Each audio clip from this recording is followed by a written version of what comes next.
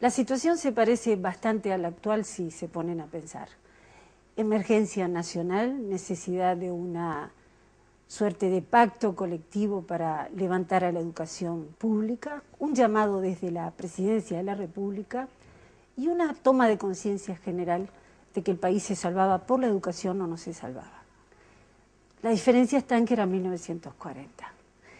Y por suerte, en aquel 1940, y ojalá en este 2012 hubiera ejemplos similares, un filántropo, una palabra que los niños y adolescentes de San Ramón, pese que parece una palabra rara y difícil, la saben decir perfectamente, un filántropo dijo, tengo el dinero y tengo las ganas de ayudar en eso.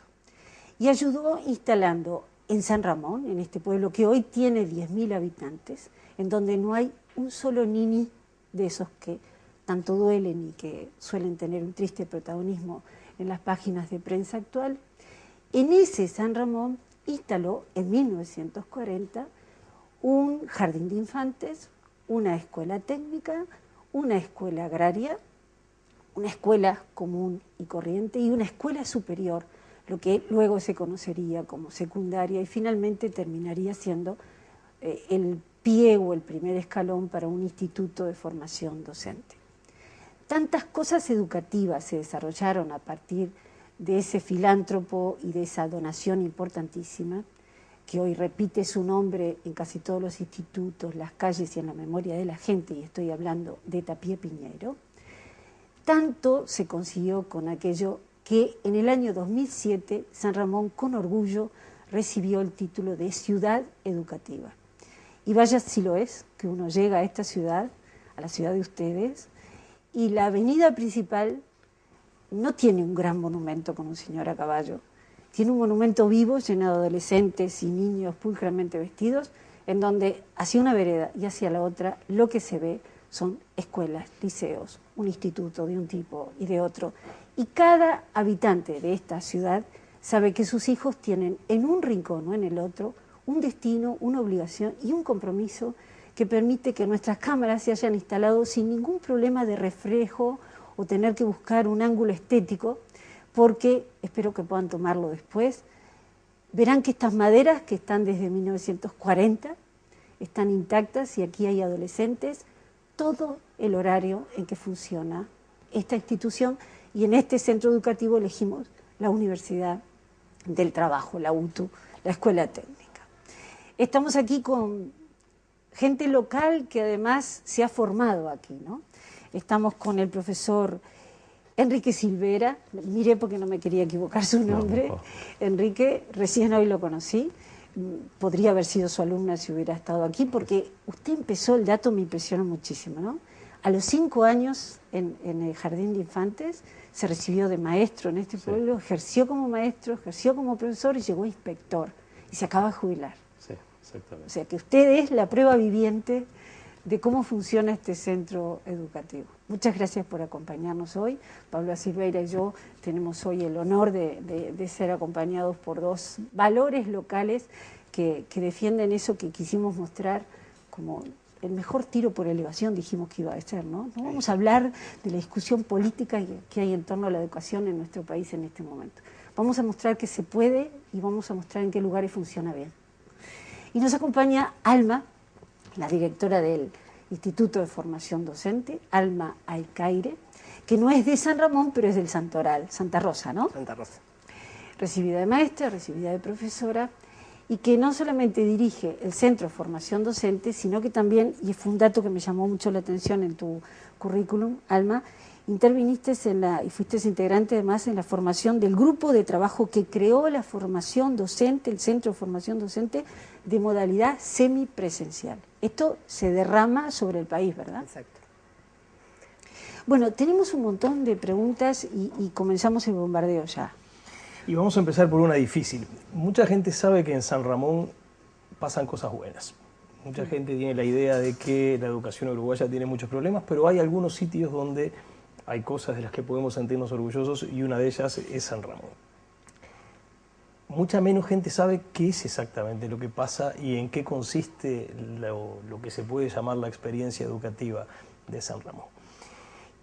Y con eso pasa algo difícil porque las cosas bien hechas no siempre son fáciles de explicar. A veces la gente que está en la trinchera todos los días, metiendo esfuerzo, cariño, ideas, cuando tiene que explicar qué está haciendo, bueno, resulta que es bastante difícil hacerlo. Y queríamos empezar con ese ejercicio. Si ustedes tuvieran que decir en muy poquito tiempo, en 3 o 4 frases, ¿en qué consiste la experiencia educativa de San Ramón?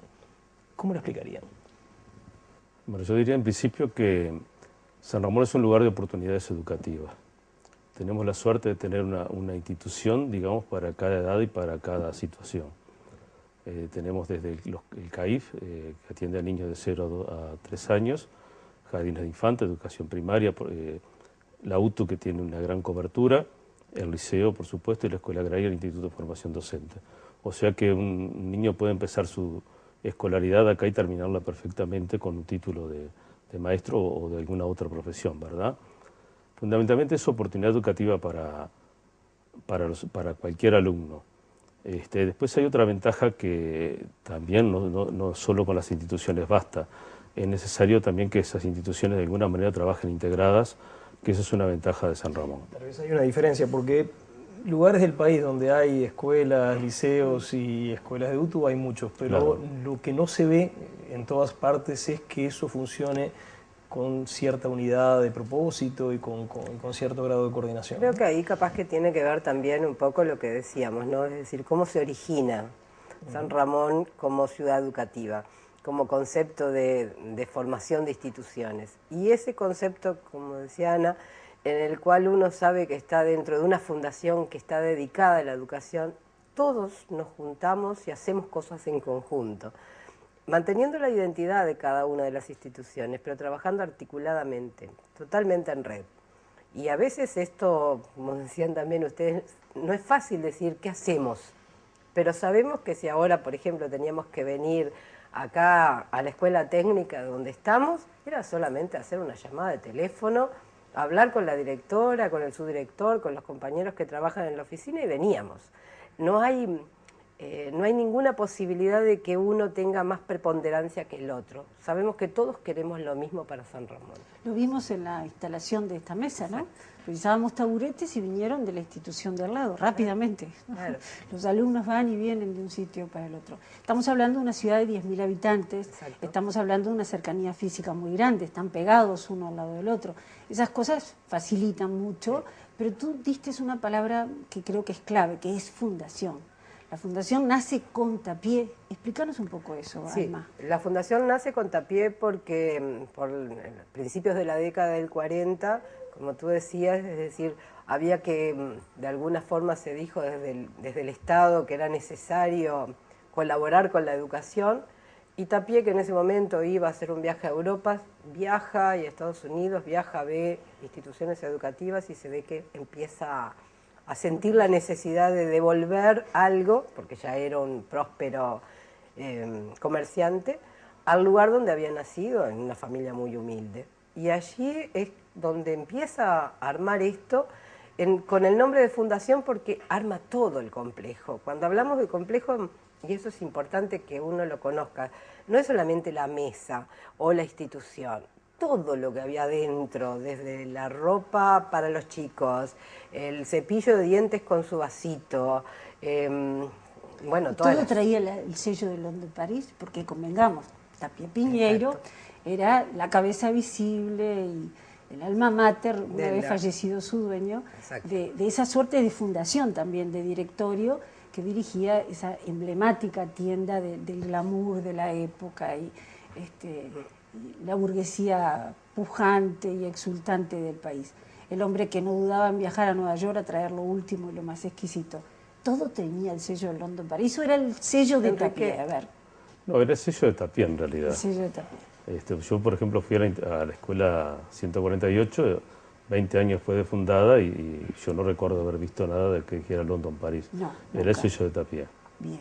¿Sí? Todavía se conservaba, como decía Alma, el vasito con el cepillo dental para cada niño, cada lugar numerado con su vaso, que si bien no se hacía uso en ese momento, pero se ve que la intención estuvo, ¿no?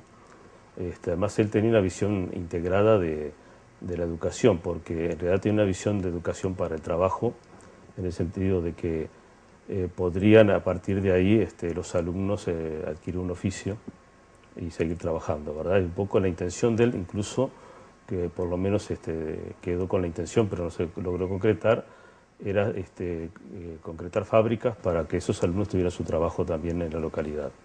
Es una visión un poco distinta a la educación a la que imperaba en aquel momento, que era más hacia lo intelectual, hacia la formación intelectual de la persona. El Parnaso acá la oriental. visión, Exacto. El Parnaso oriental. Exactamente. Acá la visión va hacia la educación para el trabajo, ¿verdad? O sea que... ¿Eso se mantiene hasta hoy, dirían ustedes? Y yo diría que sí, porque nosotros estamos en una institución que es un ejemplo de ese tipo. Acá ofrece una diversidad de oficios para aprender y posibilidades de inserción laboral bastante rápida de los jóvenes. Hay una ventaja también ahora actualmente que la UTU sale a ofrecer cursos que de alguna manera la localidad lo precisa o lo requiere. ¿Cómo se distribuye la cantidad de alumnos en San Ramón entre el liceo y la UTU? Bueno, tiene mayor población el liceo. El liceo anda alrededor de 732 alumnos y la UTU anda en 560 alumnos aproximadamente. Pero andan mucho más parejitos que en el conjunto del país. Sí. Anda mucho más parejo, sí. Sin duda. Sí. Y los niní, eso que nos quita el sueño a todos, ¿no? Ustedes fue una de las primeras cosas que nos comentaron cuando preparábamos este programa. Aquí no hay, dijeron. Entonces yo pienso en ese gran cantero central que recorre la columna vertebral de este pueblo. Si ustedes ven un joven que ostensiblemente pasa las tardes allí, ¿quién en la comunidad reacciona primero? ¿Cómo hacen para captar a alguien que no está en los centros educativos? ¿Cómo se procede? ¿Cómo funciona esos vasos comunicantes que ustedes dicen que tienen las instituciones, que funcionan perfecto para llevar o prestar un banco? ¿Cómo se hace en ese caso? ¿Cuál es el mecanismo? Ahí creo que tenemos capaz que una diferencia, por lo menos yo la tengo, es decir, en categorizarlos, ¿no? En ese ni. Digo, quizás no es lo que a uno dentro, por lo menos en esta ciudad, nos gusta tenerlos como identificados y categorizados de esa forma tampoco. Pero sí lo que hay, claro, porque uno les va poniendo una chapa que después es muy difícil de sacar y estamos hablando de jóvenes que es difícil, ¿no? Luego quitarse esa chapa de encima. Lo que sí hay, muy poca deserción. Entonces, el que deserta capaz que del liceo, encuentra en la escuela técnica, en la variedad, como decía Enrique, de cursos que la escuela técnica o la escuela agraria produce, una forma de inserción. Y como todos, de alguna forma, están relacionados con el sistema educativo, nosotros mirábamos un poquito los números ahora a propósito de este trabajo y veíamos que más de 2.500 son los estudiantes en San Ramón, en cerca de entre 7 y 10.000, porque el censo todavía no ha terminado, pero por alguna forma por allí hablábamos de 7.000 personas, casi 10.000. Quiere decir que hay mucha cantidad de estudiantes. ¿Por qué? Porque van pasando de un lado al otro. Ahora van a salir al patio. Ahora van a salir al patio. Esto es un ciclo básico. Esto es un ciclo básico. Y ustedes van a ver que justamente en el horario de la tarde la escuela técnica tiene el ciclo básico. Empiezan a la 1 y terminan a las 6 de la tarde. Pero después de ahí comienzan los otros ciclos. El bachillerato, por ejemplo, que tiene también, tiene cursos técnicos, tiene para mayores de 15 años. Que en la tarde, de 6 de la después tarde de las 6 de la tarde. Tiene algunos turnos de mañana también. Entonces, como que hay posibilidades que los chicos vayan encontrando algunos caminos. Algunos repiten cursos. Esta vez hacen uno y después hacen otro, porque les va interesando seguir estudiando. ¿Pero eso pasa de manera espontánea o hay algún mecanismo para seguir, de algún modo, hacerle seguimiento a los chicos que están saliéndose del sistema y tratando de ofrecer cosas? El trabajar en red permite seguir a los chicos, ¿no? También se da de manera espontánea, porque algunos chicos que sienten que su lugar no está en el liceo, vienen acá. Y acá, de alguna manera, encuentran de pronto lo que quieren hacer, ¿verdad? Pero también el trabajar en red permite conocer la situación de muchos jóvenes. Para poner un ejemplo, que es una situación que se da mucho en el país, mucho no, pero es uno de los mecanismos que produce abandono escolar.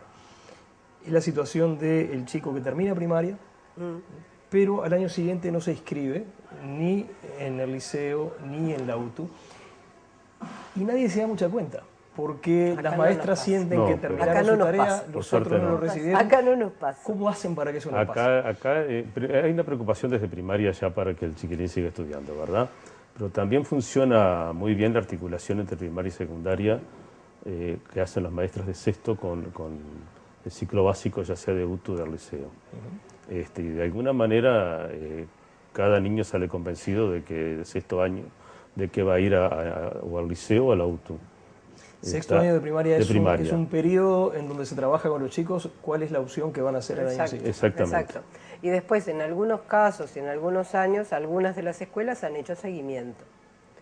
Fundamentalmente las escuelas de tiempo completo, que quizás sean los más desfavorecidos, Claro. que a veces les cuesta más Más seguir. poder hacer continuar con el sistema de media, entonces se hace algún seguimiento también. ¿Saben que esas dos cosas que ustedes acaban de mencionar, hacer del último año de primaria un momento de búsqueda que se haga con los chicos para tratar de ayudarlos a elegir y después hacer seguimiento, son como las dos cosas que se dicen en el mundo que ayudan a evitar el abandono escolar, el abandono entre la escuela y lo que viene después? Y en general en Uruguay a veces tenemos problemas para... Sí, para se eso. están instrumentando varias campañas en ese aspecto, ¿no? Y varias experiencias se han hecho, no concretamente acá en San Ramón, que por suerte ese problema de pasaje de primaria a secundaria no lo tenemos. Pero sí en otros lugares, concretamente en la periferia de las Piedras, hubo en este verano una articulación muy interesante con jóvenes, con niños, salidos de sexto con el liceo de la proximidad a las escuelas, ¿verdad? Porque indudablemente es el punto clave en la inserción después de secundaria. ¿Cómo se hace esa transición entre primaria y secundaria? Algunos especialistas en el tema dicen, si uno espera para conversar con el chico qué va a hacer cuando ya terminó primaria, ya es tarde. Sí. Claro. Eso hay que Tiene venirlo que conversando hacerlo. de mucho antes, ¿no? Exacto. Porque ahí es cuando la cosa va a funcionar. Claro. Sobre todo sentir que hay una institución que se preocupa por decirle, bueno, dónde va y aclararle qué hay en cada lugar, ¿no? Creo que pasa al final de cada ciclo, Sí. porque al final del ciclo básico la opción también, cada situación de la vida en la que uno tiene que elegir es angustiante. No cambia, creo, la angustia, simplemente va potenciándose, porque luego hay que decidir, voy al liceo o voy a la UTU. Claro, Tú y- decías, pueden equivocarse y volver, pero es Claro. una instancia fundamental. Y cuando terminan, aquí, cuando terminan el ciclo, ¿no?, de secundaria, aquí tienen una opción, universidad para algunos, o luego magisterio y profesorado. ¿Qué porcentaje de esos alumnos que egresan captan para magisterio y profesorado? Ahí es donde justamente no se capta la mayoría. Pero es natural también, ¿no? Me equivoco, Pablo. Porque, claro, entre las tantas opciones laborales... Entre las opciones laborales y por el otro lado la costumbre nuestra también de lo universitario, que de alguna forma va determinando, sigue determinando a la orientación de los padres y a lo que van a darle a los chicos. Entonces no es San Ramón la mayor cantidad de alumnos que tiene el instituto. El instituto trabaja muchísimo con la región. Con el Vienen Santoral. desde Toledo, hasta Cerro Colorado, Hasta Florida, sí. Florida, Casupá, Fray Marcos, Tala, toda la zona del Santoral y sigue por el lado de Florida. ¿Y cuántos alumnos hay en ese centro de formación de profesores y maestros? 170 en este año. 170. Es de los más chicos, pero también es de los más antiguos. No se olviden que en Canelones fue el primer instituto que se creó en todo el departamento, tiene más de 60 años, y que ahora hay muchos. Está Canelones como capital, está la costa y está el Ser de Atlántida. Entonces, para un departamento tiene 4 centros de formación docente.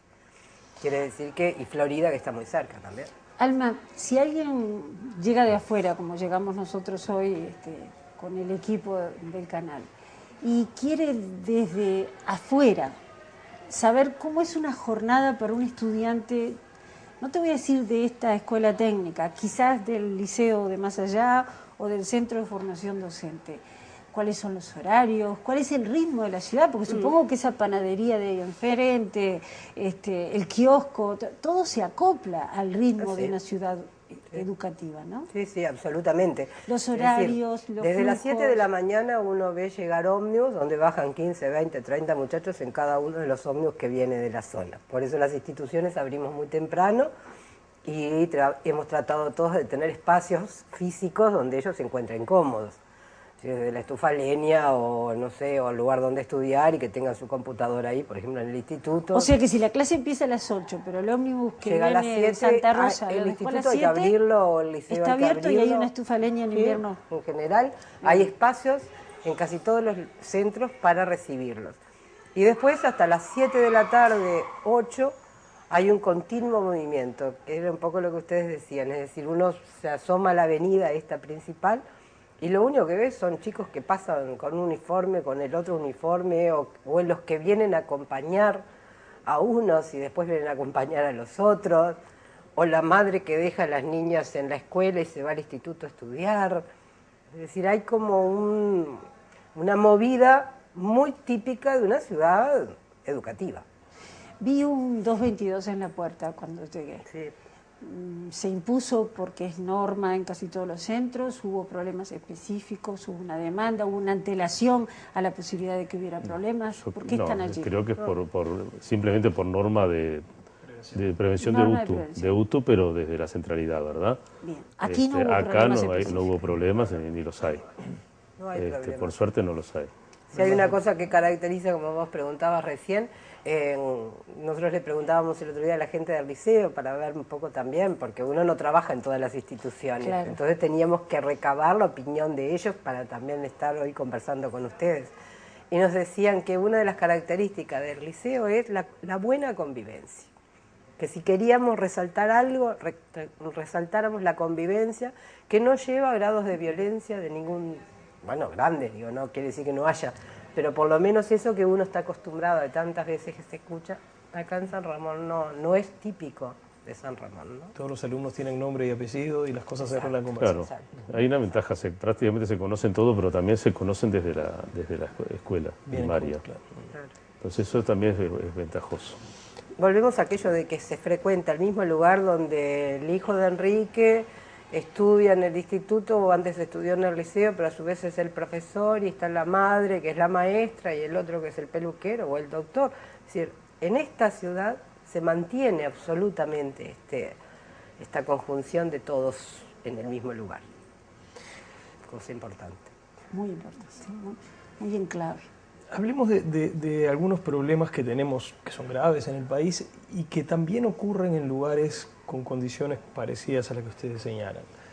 La deserción, el abandono escolar o la desafiliación, como se le quiera llamar, es decir, el hecho de que los alumnos dejen de asistir al local donde estudian antes de haber terminado el año o antes de haber terminado un ciclo, y la repetición. Esos 2.500 alumnos de los que ustedes hablaban hace un rato, ¿cómo les está yendo en esa materia? Deserción prácticamente no existe, ¿no?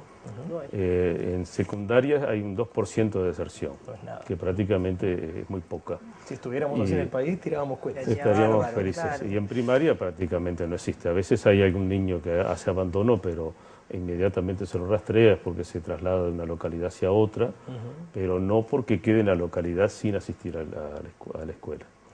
En primaria no hay prácticamente abandono.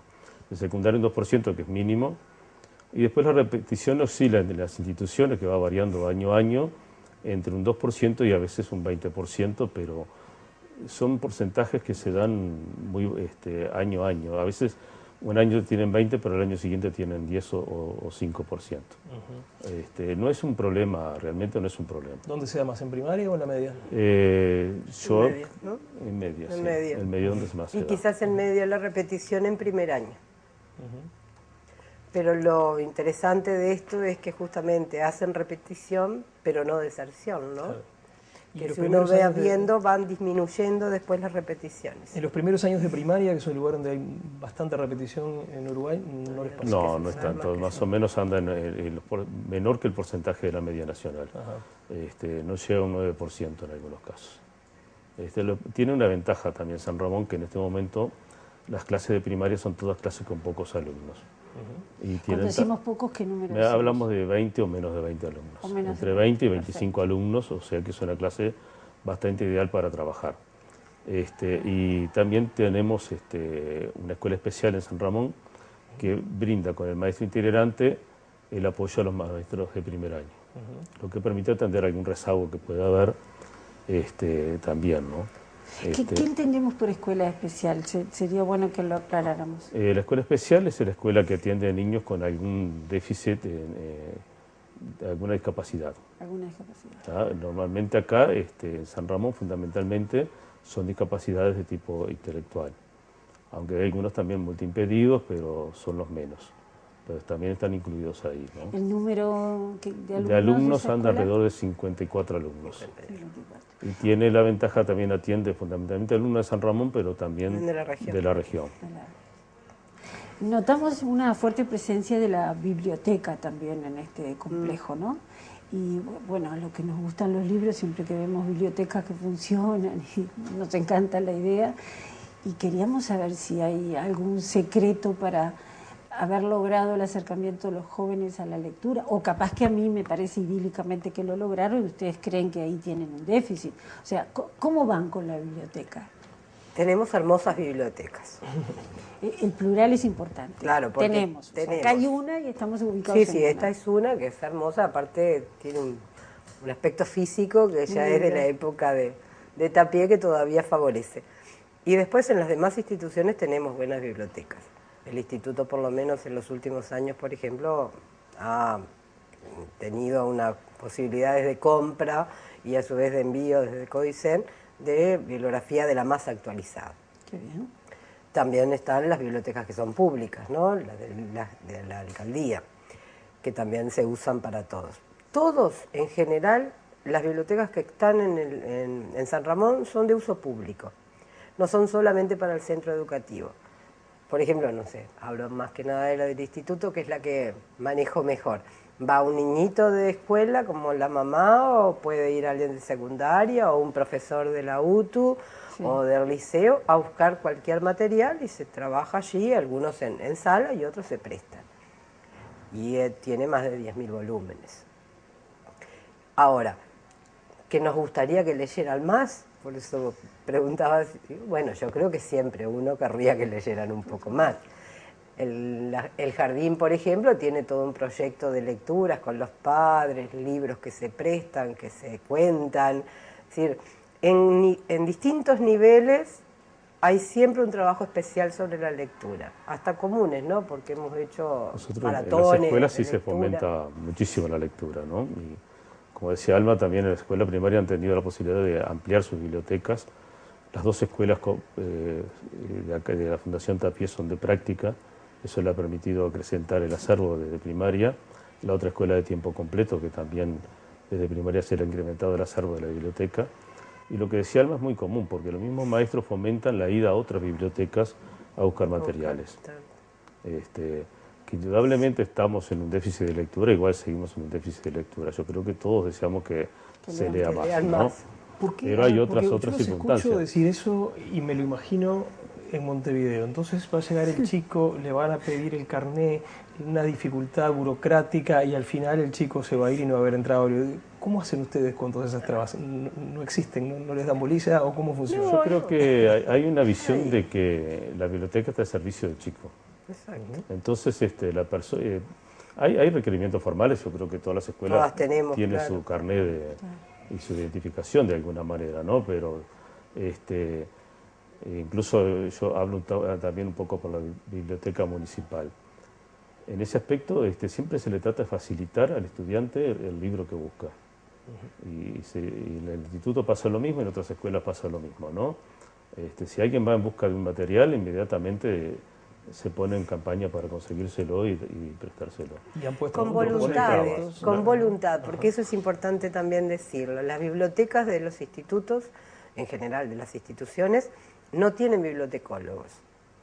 Tienen gente que trabaja en la biblioteca y que pone todo lo que puede para tratar de conseguir lo que viene a buscar el niñito, la mamá o el otro. ¿Y necesitan bibliotecólogos? ¿Lo reclamaron o están bien así? Sí, nosotros, por ejemplo, hoy a partir de la semana pasada en el instituto tenemos un bibliotecólogo por primera vez en la historia del instituto en 62 años. Le llevarán masitas toda la tarde. Y bueno, estamos contentísimos, te imaginarás que todavía hoy no pude hablar con ella, pero sí, contentísimos porque realmente hacía mucha falta, porque lo que teníamos ahora eran unas pasantes, pero antes yo misma estuve en la biblioteca trabajando años como adscripta, y uno lo que hace es buscar lo que te dicen que quieren leer y te vendabas todos los libros y buscabas, pero con voluntad. Y en todas las instituciones pasa lo mismo.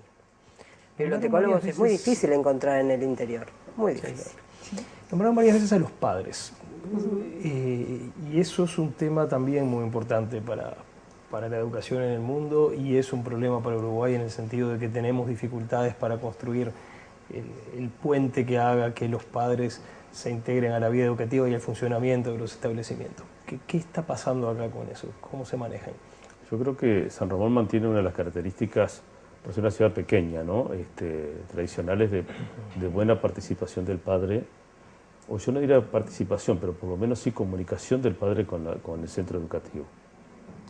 Creo que la participación es un poco distinta, porque la participación implica un mayor involucramiento y darle más la palabra a los padres, pero hay un buen apoyo de todos los padres a las instituciones educativas, hay un acercamiento del padre, de la familia, del niño.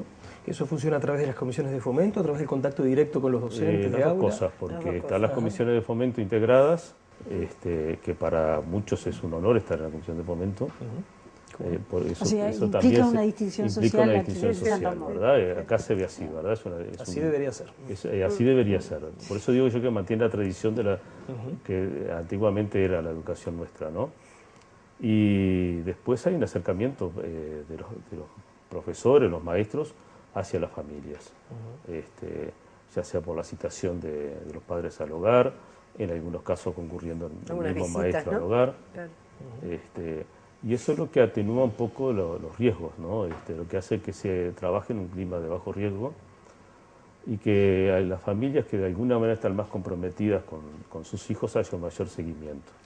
Enrique, tú que fuiste incluso inspector, no solamente maestro, padre de un maestro también ahora, ¿qué pasa? Contanos una de esas visitas del maestro al hogar.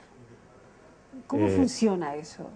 Bueno, normalmente vamos cuando, y yo más siendo director de la escuela, más de una vez acompañé a un maestro cuando nosotros teníamos algún tipo de inconveniente con algún niño, ya sea de relacionamiento, se detectaba un problema, relacionamiento, a veces también por inasistencia.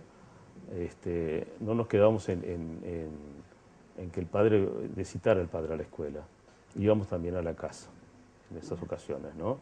Eso genera un vínculo totalmente distinto con la familia, genera otro compromiso. Cuando el maestro asiste a la casa, al hogar, genera un compromiso diferente con la familia, y hay un vínculo distinto que atenúa los riesgos después de abandono, por ejemplo, ¿no? Pero implica el tener que ir, ¿verdad? Visitar ese hogar. Además, visitando el hogar nos permite conocer cómo vive ese niño. Se ven muchas cosas. Se ven muchas cosas. Yo tengo experiencia también como maestro rural en su momento de haber ido a un hogar y, bueno, después de... Por ejemplo, yo recuerdo que había un chiquilín que me traía los cuadernos siempre sucios, y yo lo rezongaba, ¿no? Entonces un día yo me había hecho el compromiso de visitar todos los niños. Tuve caminando